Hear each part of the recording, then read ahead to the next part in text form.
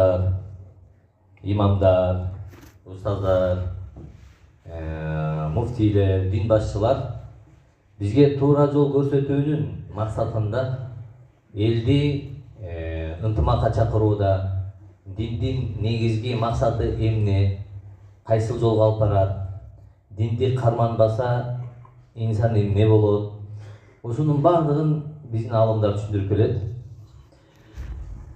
Сиз менен биз бүгүн сөйлөшө турган сөз, урматтуу бир туугандар, экстремизм, терроризм жөнүндө. Бардык мечиттерде ошол нерсе буйрулган, бүгүн айтылат деп. Мусулмандардын амири, муфтийибиз урматтуу бардык мечиттерге буйрук берген, ага биз баш ийүүсүбүз парз болуп эсептелет.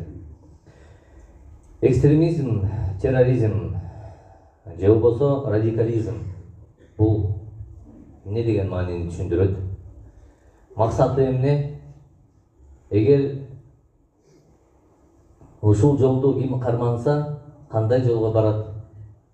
Кантип сактаныш керек? Иншаллах сиздер менен азыр биз ушул тема жөнүндө кенен сүйлөшөбүз. Негизи эле бул темага токтоло электе, урматтуу бир туугандар. Ушул жерде отурган ар бирибиз мен мусулманмын деген инсанбыз. Мен мусулманмын. Же болбосо мен момунмун деген инсандар отурабыз. Же болбосо мен намаз окуймун, орозо карбаймын, мен таквамын деген инсандар арабызда отурушу мүмкүн. Ар бириңиздерден мен келип имам катары сурасам же бир жаран катары сурасам, эй урматтуу бир тууган, сен кайсы жолдосуң, кимди ээрчисиң десек, ар бирибиз айтабыз, албетте Мухаммад пайгамбарыбыз алейхисаламды ээрчибиз. Же болбосо пайгамбарыбыз алейхисаламды сүйөсүңбү деген бир суроо келсе сизге, ооба мен сүйөм, пайгамбарыбыз алейхисаламды сүйөм, жакшы көрөм. Сүннөттөрүн аткарасыңбы? Аткарганга аракет кылам же аткарып жатам, же бир сүннөтүн, эки сүннөтүн тирилтем дейбиз. Эгерде пайгамбарыбыз алейхисаламды ээрчиген момун мусулман катары биз өзүбүздү эсептесек, анда пайгамбарыбыз алейхисалам ким эле деген суроо туулат.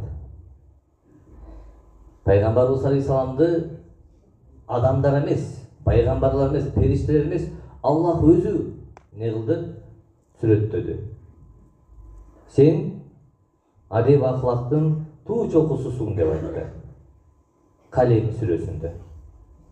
Ва иннака ла'ала хуликин азим. Калем сүрөсүндө Аллах таалам адеп акылактын туу чокусу.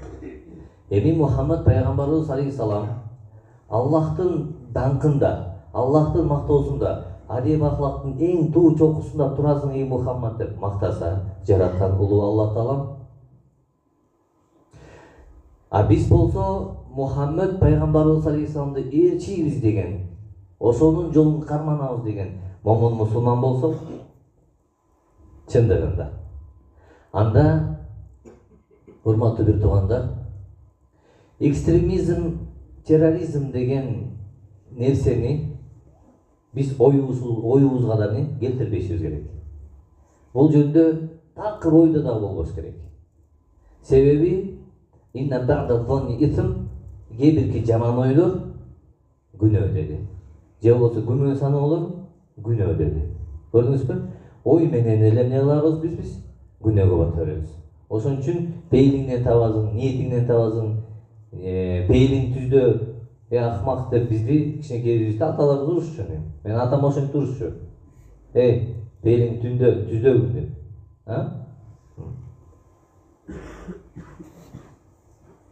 Андан тышкары, урматтуу бир туугандар, Алла Тааламдын даңкында ээ болгон Мухаммад пайгамбарыбыз алейхисаламга Кудай Таалам сен адеп акылактын туу чокусуң деп мактады.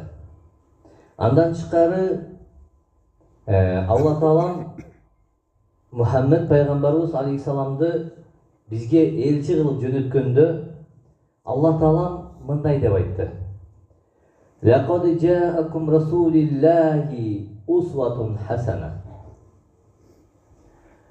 силерге жөнөтүлгөн Мухаммед пайгамбарыбыз алейхисаламда анын жашоо турмушунда, өмүр баянында, басым жүрүм турумунда, сүйлөөдө, бардык жерде силерге үлгү бар деди. Кимден? Пайгамбарыбыз алейхисаламдан. Алла Таалам демек Мухаммед пайгамбарыбыз алейхисаламды ээрчий турган момун мусулмандар болсок, анда пайгамбарыбыз алейхисаламдын жашоосунан биз үлгү алабыз. Кандай болгон? Мен чындыгында пайгамбарыбыз экстремизмден, терроризмден алыс болуп, чындыгында мен пайгамбарыбыз алейхисаламдын жолу менен баратамбы? Же кандайдыр бир радикализмге аралашкандай болуп баратамбы деп адам өзү акыл калчап иш кылыш керек. Андан кийин бул үлгүлөр лиман кана яржуллаха вал яумил ахир. Эми ушул үлгүлөр пайгамбарыбыз алейхисаламдан калган үлгүлөр кимдер үчүн? Акыретке ыйман келтирген, Аллахты көп эстеген адамдар үчүн. Эгерде сиз Аллахты көп эстеген, акыретке ишенген, Аллахты көп эстеген инсан болсоңуз, анда пайгамбарыбыз алейхисаламдын үлгүлөрүнөн не кыласыз? Сиз пайдаланасыз бул дүйнөдө. Караңыз, ушул нерселерге жакшылап көңүл буруңуздар. Вадакараллаха катира.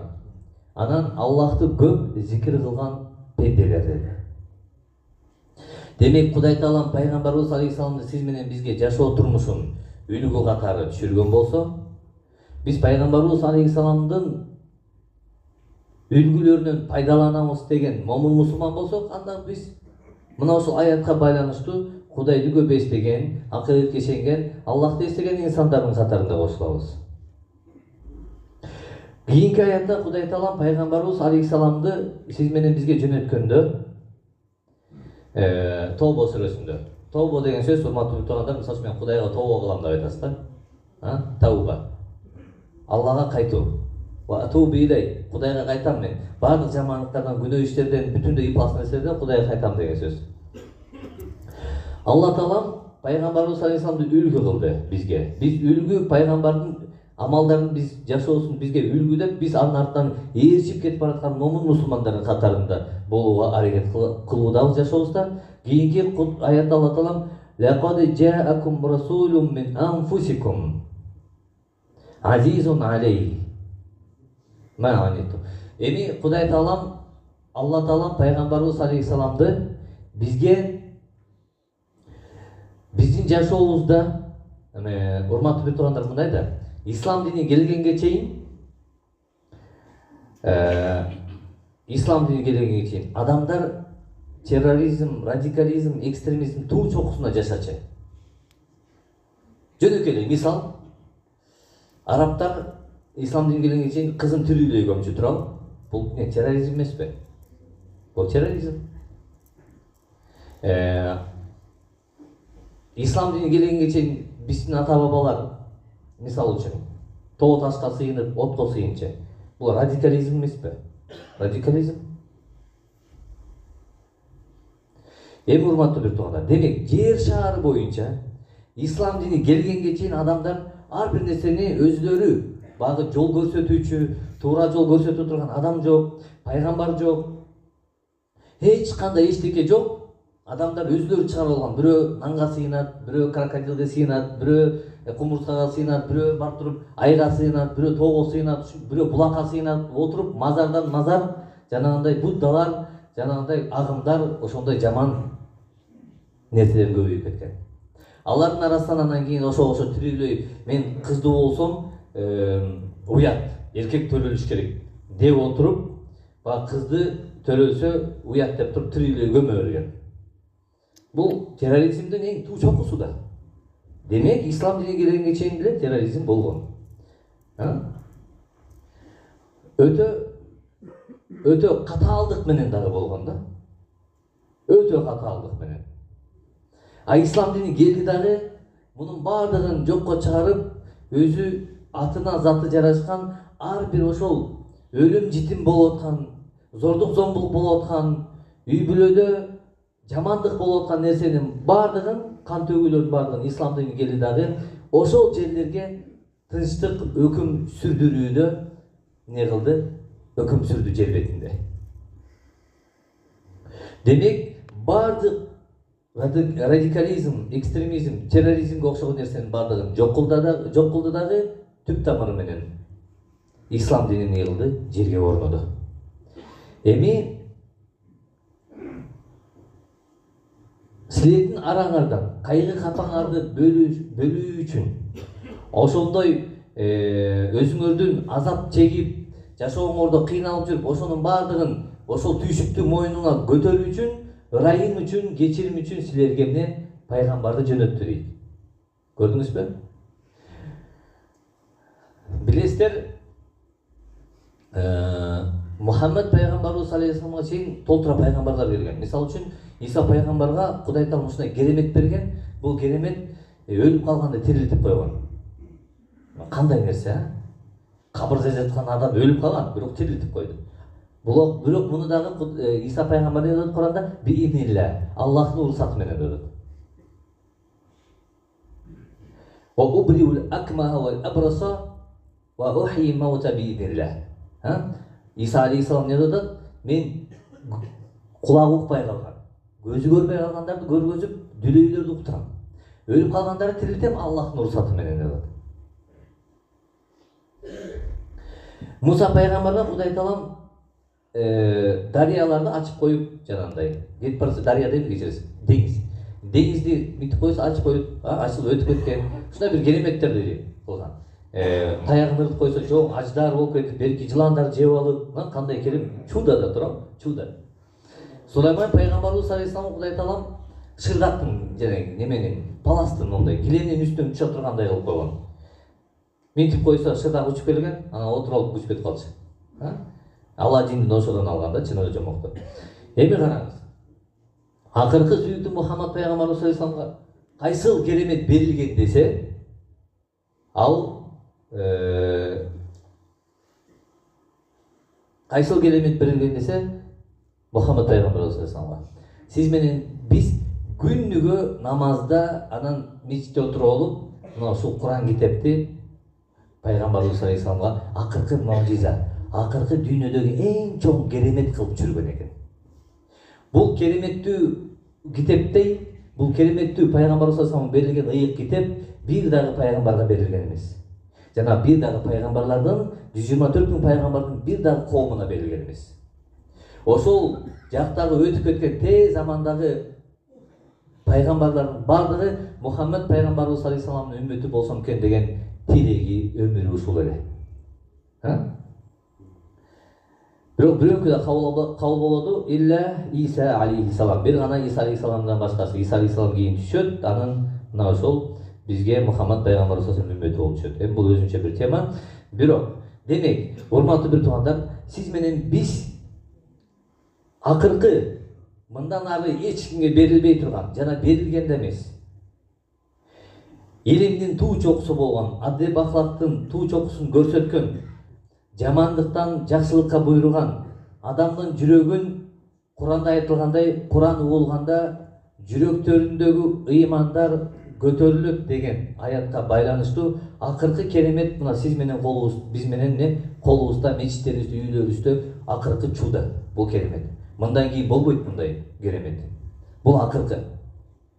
Бул акыркы кереметтүү китеп болгон үчүн бир дагы медицина чыгара албаган, бир дагы аппарат, техника, бир дагы нерсе далилдей албаган, чыгара албаган сыйкырды, жинди бул не кылат? Куран чыгарып таштайт. Окусаң чыгарып таштайт. Неге? Анткени бул кереметтүү Куран. Ушул Куран китептин ичинде Алла Таалам айтып атат: "Аннаху ман катала нафсан бигайри нафсин ау фасад", жер бетинде бузукулук кылып, же болбосо кандайдыр бир деңгээлде бир адамдын канын күнөөсүз төксө, "Факааннама каталан наса жамиа", бардык жер жүзүндө канча деген адамдар болсо, мисалы 8 миллиард адамбыз го, 7 миллиард. Ошончо адамды өлтүрүү деген күнөө менен тозокко киргизилет. Манакей. Башка бир аятта Алла Таалам وَمَا يَقْتُلْ مُتَعَمِّدًا مُؤْمِنًا مُتَعَمِّدًا فَجَزَاؤُهُ جَهَنَّمَ خَالِدًا فِيهَا. Алла Таала башка бир аятта не дейт? Кайсы бир момун мусулмандын күнөөсүз эле, жөнүнө себепсиз эле мен барып өлтүрүп койсоңуз, канын төксөңүз, Кудай Таалам чыккыс түбөлүктүү тозокко азаптаймын dedi. Аллах Таалам холидина фиха dedi. Түбөлүк dedi. Временный деген жок айырды. Временный тозок бар, анча-мынча мусулмандар тозок кирип калышы мүмкүн, жанагы күнөөсү үчүн жуулуп, баягы чекесине зек деген жазуу болот. Неме, тозокко күйүп чыкты деген. Башка бейиштеги ээлерге кошула албайт ал уже. Башка бейиштеги адамдарга кошула албайт, уялат. Мен тозокко кирип чыкканмын, уялам деп. Бирок бейиште болот кийин. Эми бул Кудай Таалам өзү билет кимде кандай. Андан кийин урматтуу бип тургандар, даже сахабалар бүткөндө Умар бар го, Умар радиаллаху анху, Манасата ошогон баатыр. Ошол айткан, өмүр бою айткан да. Пайгамбарга да келип айткан, "Я Алла, эсиме тозок кирип калсам не болот?" Балким сахабалар бүткөн, балким мен Пайгамбарыбыз саллаллаху алейхи вассалам тирүү көзүмдө сени бейиште көрдүм деп койду. Балким жөнүнө баягы тамашалап койгон үчүн, жөнүнө көңүлүмдү көтөрүп коюш үчүн айткан го деген да. Корккондо балким мен тозоктон чыккан. Ал айткан, мен мүрзөдөгү кабырда азаптан корком, тозокто эми адамдар менен болосуң, бир мүрзөдөгү азаптан корком деген. Чоң-чоң тирүү кезинде сахабаларга айткан, сен бейишти точно чөсүң деген Пайгамбар саллаллаху алейхи вассалам сахабалар эмне болду? Алар да өмүр өткөнчө балким мен тозокко чыгып калсамчы деп коркуп өткөн. Азыркы биздин кээ бирки анча-мынча адамдар кечээ намаз окуп алышып не болчу? Сен тозокко, сен бейишке, бул арам, тиги адал, интернетке чыгып эле фатва берип эле, ооба бүтүп койсоң болот, тигип койсоң болот, таштап кой, кетип кал, бүтүп кал, тигип кал деген сөздөрдү элдим. Мен силерге айтам, Пайгамбарыбыз саллаллаху алейхи вассалам 15 кыл мурун айткан. Мына биздин улуу урматтуу раматтылык чубак ажыларга окшогон алымдар ковидте көп өтүп кетти. Бизде эсибизде чубак ажы эле калды. Андан тышкары канча алымдар өттү. Мен деген алымдар өтүп кетти. Бизге билинбей калды ал нерсе. Анткени башаламандыкта. Бирок Алла Таалам илимди, алымдардын жанын алып кетиши менен илимди көтөрүп кетет деген. Пайгамбарыбыз 15 кыл мурун айткан муну. Адамдар алым таппай, илимсиздерден сурап, анан бири-бирине жашоосундар эмне? Башаламандык башталат деген. Ошон үчүн урматтуу бип, азыр деле бизде чоң-чоң алымдар бар. Чоң-чоң устаздарыбыз бар. Ошолордон не кылышыбыз керек биз? Имамдардан жол көрсөтүүнү, илимди талап кылып, иншаллах үйрөнгөнгө аракет кылыш керек. Негизи эле урматтуу бип тургандар, караңыз. Куранда сахабалардын доорунда бул Куран китептин ичинде бейиш, тозок, бизден кийинки жашоо кандай болот, бизге чейинки кандай болгон баардык тарых ушун ичинде айтылган. Мунун ичинде, Курандын ичинде жанагы фактулул мушрикине кафирине деген аяттар көп кездешкен. Капырлардын мушриктерди өлтүргүлө деген. Бирок бул бизге байланыштуу эмес, бул сахабаларга түшүрүлгөн аят болгон. Убагында алар өзүнүн мекенин, элин, жерин, динин коргош үчүн согуш болгон. Ошол тарыхты Кудай Таалам бизге айтып берген. Алла Таалам могу сахабалар. Сахабалардын жашоосу кандай болгон? 300 сахаба 3000 капырдын ортосуна калып кеткенде периштелер келип кандай жардам берген? Бүт бар ушул жерде тарых айтылган. 25 пайгамбар Куранда айтылган, алардын да тарыхы бул жерде айтылган. Адам ата жарал электе биздин планетада, биздин жер шарында кимдер жашаган? Ал тарыхта Куранда айтылган. Бизден кийин Иса алейхисалам түшкөндө, Яшума келгенде, Даджал келгенде, андан кийин белгилер кандай баардык Куранда айтылган. Бейиш менен тозоктук Куранда сүрөттөлгөн. Мунун баардыгы урматтуу турган өзүнүн этабы менен Кудай Таалам ыйык Куран аят китепте бизге кереметтүү кылып түшүргөн. Демек, биз ошол аяттарды түзүп кабыл албашыбыз керек. Мисалы үчүн, кээ бирки адамдар бар. Мен бир жолу бир адам менен сүйлөшүп калсам, мынтип Куранда намаз учурунда аракка жолобосо болот деп айтылган. Демек калган учурда ичсе болот турбайбы деп ичип жүрөт. Түн ичет, күндүз намаз окуйт. Кээ бирки адамдар айтып жүрүштү, көрдүңүздөр убагында. Бүт баарыбыз интернетте окуп жүрдүк. Арактын пайдасы да бар экен, зыяны да бар экен. Көрдүңөрбү? Пайдасы да бар деп айтты деп. Уктуңар беле ушундайды? Укканбыз да баарыбыз, кантип уккан эмеспиз? Интернет карабайсыңарбы? Баарыбыз укканбыз. Арактын пайдасы да бар экен деп ичип коюп жүрүштү. Бүт баарыбыз айтып атты, үйрөтүштү. Эми аны айтпай эле коеюн. Анан урматтуу бир туугандар, арактын бул дүйнөдөгү пайдасы деген сөз бул сахабаларга түшүрүлгөн, бизге эмес. Намаз учурда аракка жолоо болот, бизге эмес, бул сахабалардын ордуна. Алла таала сахабалар даярдаган. Себеби сахабалардын чайы дагы, тамагы дагы, обедит, ужины, полдник, кечки ужин баардыгы эмне болгон? Күнү түнкү тамагы только арак болгон. Алар аракты төккөндө дарыя болуп аткан дейт, дарыя. Арык эмес, дарыя болуп аткан дейт. Көрдүңүзбү? Демек, кийинки анан кийин алардын ыйманы даяр болгондо Алла таала эмне деди? Толугу менен аракты арам кылды. Себеби кызын тирүүлөй көмүп жүргөн адамдан сиз кандайсыз ал бир күндө исламга салып коесуз ал адамды? Эми урматтуу бир туугандар, баардык нерсе ортодо, өзүнүн чеги менен болот. Алла таалам күндү дагы өзүнүн ортосунда огунан чыкпай жүрөт деп айтты Куранда. Эми сиз менен биз пайгамбарыбыз алейхисаламды ээрчили, ошол бизге үлгү, пайгамбар бизге үлгү. Биз пайгамбарыбыздан жашообуздан үлгү алып жашашыбыз керек. Чектен чыкпайлы деп жашай турган болсок, демек сиз менен биздин жашообуз эң мыкты деңгээлге жетет дагы. Экстремизм, терроризм, радикализм деген нерсенин такырына биз түп тамыры менен алыс болобуз. Эми караңыз. Радикализм деген бул түп тамыр менен кирип кетүү деген сөз да, бир нерсеге. Чүнкү футбольный фанаттар бар. Футболго кирип кетет ушундай. Жана интернеттен көрүп калсаңар, свет өчүп калса, же бир нерсе болуп калса, телевизорун талкалап, ыргытып, тепкилеп, башын жулуп, ушундай кылат. Бул радикализм.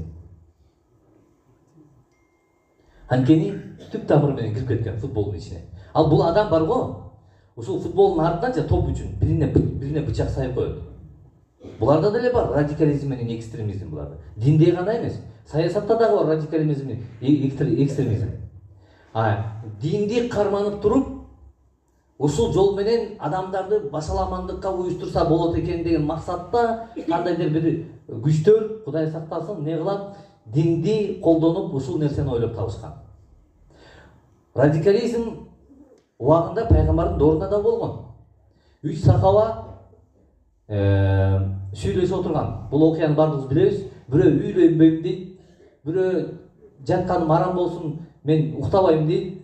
Бирөө болсо дагы бир немени айтат да. Анан кийин пайгамбарыбыз алейхисалам айтат, үчөөнү чакырып жок дейт. Силер анда динде эмессиңер дейт. Манактар үйлөнбөйт, билесиңерби? Манактар үйлөнбөйт. Биз манак эмеспиз да, туурабы? Демек, ошол маалда дагы сахабалардын доорунда дагы ошондой жана радикализмге динди карманам деп терең кирип кетип, бүт нерсени жокко чыгарып туруп, только ушундай жашаш керек экен деп туура эмес түшүнүк менен жашаган сахабалардын учурунда да болгон. Пайгамбарыбыз аларды түшүндүргөн, андай болбойт. Мен үйлөнөм, мен үммөтүм менен көптүгү менен сыймыктанам. Мен үммөтүм үйлөнөт деп не кылган? Ал сахабаны кайтарган. Жок, сен түн менен намаз окуй албайсың, сынып каласың. Мен түндө да уктайм. Алла таалам сиз менен бизди түндү укташ үчүн бердим деди Куранда. Сиз түн менен уктабай, только ибадат кылып өрө турган болсоңуз, анда сынып каласыз эртең эле. Экстремизм бул тескерисинче, кайра чектенип кетүү, динден. Ашынып кетүү. Динди карманам деп отуруп, ашынып кетет. Түшүнүктүбү? Динди карманам деп отуруп, ашынып кетет. Мына ошол ашынып, анан кирип кеткен жан пайгамбарыбыз ортодо жүргүлө деди. Баардык нерсе өзүнүн чеги менен. Аллах таалам сиз менен бизге динди берди. Чектен чыгыш үчүн эмес, кайра жаман болуп кирип кетиш үчүн эмес, сынып калыш үчүн эмес. Тескерисинче, сизди бактылуу кылыш үчүн ушул динди сиз менен бизге берди. Мисалы, пайгамбарыбыздын бир хадиси бар. Толук мусулман болбойт деген хадистер бар, туурабы? Бул баардыгыбыз угабыз, хадистерде толук мусулман болбойт экен, толук мусулман болбойт экен деп. Мен жолға чыктым сапарға, Ошко. Эки таксист бар. Бирөөсү толук айдай албайт, чала эптеп айдайт. Бирөө мыкты айдайт. Кимисине отурам. Билип туруп. Кимисине отурам. Мыкты айдаганда да. А чала таксистке сиз деле отурбайсыз. Жолдон баратып төө башын ырдып кетпейин деп турабы? Себеби дегенде бул нерсе да динди кармануу да сондай. Пайгамбарыбыз алейхисалам толук мусулман болбойт деген ошол. Толук мусулман болуп жашап жүргөн инсан бул мыкты, сизди көрүп адамдар не кылат? Сизди карманат. Сизден үлгү алат. Жанагы чала таксистке окшогон, чала айдоочуга окшогон, сиз чала молдо болсоңуз, чала мусулман болсоңуз, мен сизди көрүп туруп, ой, мен муну кармансам жинди болуп кетпейт, итаги араң жүрөм дейт. Турабы? Бул чөтө ненормальный мусулман экен дейт. Экстремизм окшойт, бул терроризм окшойт же бир. Бизде элдер, урматтуу бир туугандар, көп адамдар дин эмне экенин түшүнө элек али. Алхамдулилла, мечиттерибиз толуп атат, жума намаздарда. Эми караңыз. Тойго барсаңыз, тойдо 5-6 адам чыгып намаз окуйт, калганы полный бардыгы арак ичип дискотекада калып калат. Турабы? Туура нерсе. Арасында хижаб кийгендер эле бийлеп жүрөт башка күйөөлөр менен. Турабы? Туура. Көрүп атабыз анын бардыгын. Демек, урматтуу бир туугандар, мен жалда жашап жүргөндө бир күн дабашчылар келип калды үйгө. Кыдырып жүрүштү. Кошуналардын бардыгы, соседтердин бардыгы. Ошондо мен бир-эки адам намаз окуйбуз. Сончо үйдүн арасында. Калган эч намаз окуйт.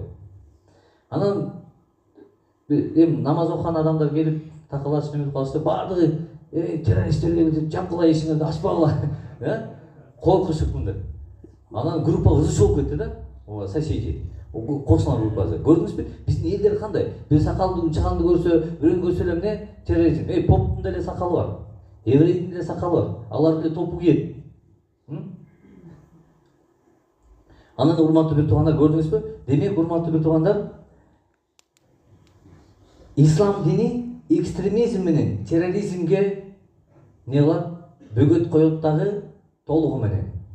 Бул пайгамбардын жолу эмес. Толугу менен. Адамдарды башаламандыкка, жаман нерсеге үйрөтө турган жаман жол деп туруп, ислам дини не кылат? Сиз менен бизди ошондой жаман түшүнүктөрдөн, жаман ойлордон алыс кылып, туура жолду көрсөтөт. Келиңиздер. Демек, радикализм бул динди карманам деп отуруп, кирип кетип, аша чаап кетип, жанагылар бар, дары ичкен болбойт, машина айдаган болбойт. Бир жолу ошо терең кирип кеткен бир таксыр бар эле. Ошо биздин мечитте кийин көрмөй калды. Бир жолу чыгып алып, бир машинаны тееп атат. Дарбазанын түбүндө. Астагфирулла, мондай темир тепкен машина тепкен болбойт. Пайгамбар мындай тепкен эмесе, теп коет машиналардычы. Аны бир жакка карап турам, күлүпчү. Аны карап турсам, эң акыркы үлгүдөгү машинага отуруп өзү айдап кетип калса болот. Көрдүңүзбү? Демек, ушундай шүмшүктөр бар да. Мен сиздерге айтайын, кичине убакыт бар. Сахих Бухариде негизи бул хадис башкача түрдө жазылган, бирок кээ бир агымдар бизде Бухари деп жазылгандагы бир нерсени камтып коюшкан. Мен сиздерге жөнөкөй эле мисал келтирейин. Ошон үчүн мен сиздерге эмнени айткым келип атат? Имамдардан, муфтияттан, биздин алымдардан үйрөнүңүздөр динди. Азыр биз барбыз, Кудайга шүгүр, алымдар бар. Кичине туура жол көрсөткөнгө. Эртең күндө алымдарыбыз өткөрүп калмаса кимге барып үйрөнөбүз? Шайтандар бизге устаз болот да. Эми караңыз. Бир бала мынтип айтып атты да. Сен тозокко киресиң, точно. Все болду, сен тозок деп атты да. А мен айттым, эмнеге тозокко кирет бул? Сен каяктан билесиң? Пайгамбар Осам айткан, шымынын бага элеги, аз бардыңыздар шымыңыздар бага элеги кызыл ачтан ылдый, туурабы? Туура да. Бул кадимкидей эркектин кийими бул. Ким кызыл ачтан ылдый кийсе, тозок болсун деген хадис бар. Бирок ошолдун отрывогун алып туруп, жактап койгон бир китепке. Болду. Элдин башына ошондо айланып жүрөт. А негизи бул хадис бизге айтылган эмес. Түшүндүңүзбү? Бул хадистин окуясы такыр башка. Бул сахабаларга айтылган. Бул хадис бүтө элек эмне башталды? Сиз бир сөздү сүйлөп келатсаңыз токтотуп коесузбу? Бул хадистин эмне келип атат? Пайгамбарыбыз алейхиссалам ушуну айткандан кийин бир сахаба туруп айтты: Алланын элчиси деди. Эмнеге мынтип айтты? Мына мен силерге азыр көрүнүктүү болушум демек туруп айтайын да. Кичине бутум мына көрдүңүздөр бутум. Арабтарда 1 метр, 1,5 метр фата көйнөгкө окшоп клеш кийчү узун. Ким азыр ошондой кийет? Кийбейсиз да туурабы? Буларда ошондой узун фата көйнөгкө окшоп кийип алып, ана мынтип бутун жерге шыпырып, басып, мынтип текебеден басчы. Пайгамбарыбыз саллаллаху ошолорго айткан. Ким ушундай кийсе, тозок болсун деген, текебеден бас. Сахаба туруп айтты: Алланын элчиси, менде андай текебелчилик жок, бирок мен баймын, модага караша кийсе боло берсин, болот деген. Мына хадис бүттү ушу менен. Демек бул хадис бизге тиеси жок такыр. Теги сахабаларга болгон. Бизде эч качан биз күлөс кийбейбиз, айтып жер шыпырып турабы? Андай бут кийим кийбейбиз, андай шым кийбейбиз. Биз жакшанкай мындай жарашыктуу кийебиз. Демек бул хадис бизге тиеси. Ушул хадисти чаптоо болуш менен элдин башын айландырып атат. Сен тозокко киресиң деп. Эчтекени билип билбейди. Ушундай агымдар бар. Ошон үчүн бул дагы эмне? Элдин башын айландырып, бул дагы биз жанагындай бир башаламалык жаратып, сен намазың кабыл болбоду, сен тозокко киресиң, сен бейишке киресиң, урматы берип турган. Сахабалар корккон, мен тозокко кирип калсамчы деп. Кудай билет ким тозокко, ким бейишке. Бирок биз бейишке кире турган амалдарды кылып жүргөнгө аракет кылып жүрөбүз. Түшүнүктүбү? Пайгамбарыбыз 15 кыл мурун айткан: ким тозокко болсо, тозок амалдарын кылуу жеңил болот. Ким бейиштик болсо, ага бейишик амалдарын кылуу жеңил болот деген. Түшүнүктүбү? Ошон үчүн урматтуу берип тургандар, экстремизм, терроризм, элдин башын айландырган ушул нерсе исламда такыр жок нерсе. Ислам атына жарашкан эң адилеттүү, эң таза дин. Ыйман менен азыр альхамдулилля, Кудайга шүгүр, баардыгыбыз амандыкта, тынчтыкта, мечиттерде жашап жүрөбүз, ибадат кылып жүрөбүз, үйлөрдө жашап, жашнакай ыйман менен, ислам менен жашап атабыз. Мечиттерибиз ачык, медреселер альхамдулилля баардыгы жакшы. Ыймандашып жүрөбүз. Мындан өткөн кандай бакыт бизге керек? Пайгамбарыбыз алейхиссалам хадисинде айткан, каракчынын жаназасы кабыл болбойт деген, чорнойлардын. Туурабы? Айткан ушуну 15 кыл мурун айткан. Намазы да кабыл болбойт деген. Ошолордон кутулуп атабыз да Кудайга шүгүр. Ошондой кутулуу заман келип атат. Демек ал жаман жол экен. Пайгамбарыбыздын бир хадиси бар: колуң менен токтот деди. Мына кол менен токтотулду ошол жаман иштетип барды деп. Кол менен токтотулуп атат бүт жаман иштердин барды. Бул дагы бир жакшылыктын жишаны. Ошон үчүн урматтуу бир туугандар, кол менен, көз менен, сөз менен жашнакай Алла Таалам кандай деген сөздөрдү айтты? Иманга, исламга жакшылык менен чакыр деди. Мына биздин мамлекетибиздагы, муфтиятыбыздагы, имамдарыбыздагы, устаздарыбыз баардыгыбыз айтып атабыз, эмне? Иманга келели, жакшы иштерди көп кылалы, жакшылык иштерди кылалы, жакшы ниет жарымыбыз, жакшы ниет кылалы. Жакшылыктын аты жакшылык менен бүтөт. Эгер жакшылык кылсаң, жакшылык өзүңө кайтат, жамандык кылсаң, жамандык да өзүңө кайтат деди. Ошон үчүн урматтуу бир туугандар, бир гана жакшылык иш кылалы, ошол жаман ойлордон, терс нерселерден алыс бололу. Эгерде мына бул жерде отурган, сыртта отурган бизге 9 университет карайт ушул мечиткечи.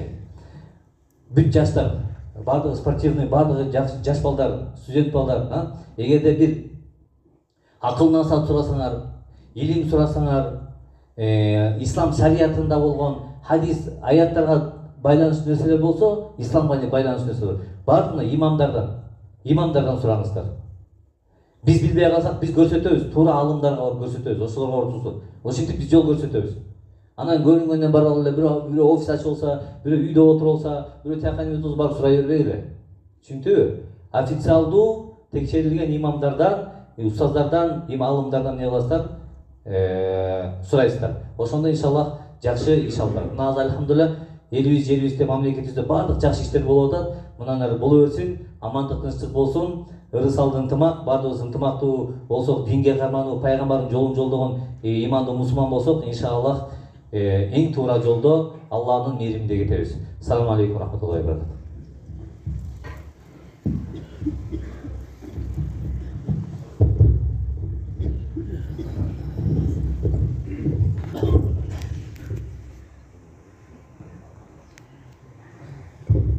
Азан чечим жокпу? Айтасың.